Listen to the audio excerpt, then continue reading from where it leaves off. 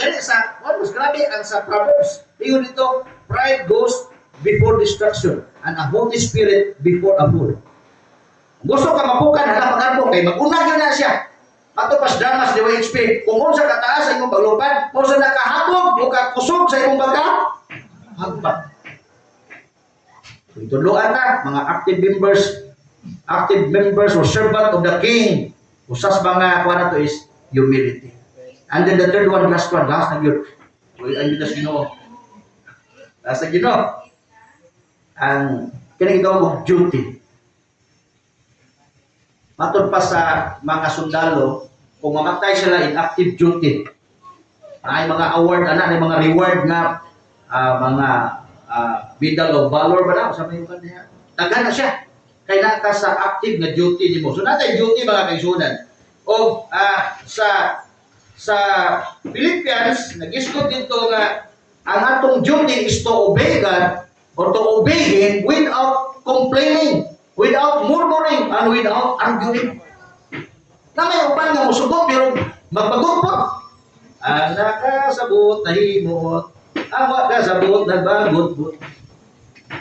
Bagot-bolan ba? Insugot na tato siya. Pero siya, ako gina siya, kalinawan bitag subo. Anak gina siya ay, muro taga Cebu. Tunada na ito akong gisibo. At ikso ng atong duty, buhato na to without complaining, without murmuring. Kaya mo na itong duty mga kaigsunan.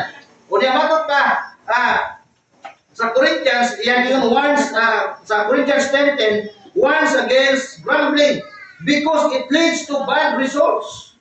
Kung masikip bagot-bot, do not expect a good result. It's always be confident siya, bad result. Di panguto, gasing bagol-bol, napagod. Gano'n pagod mo na?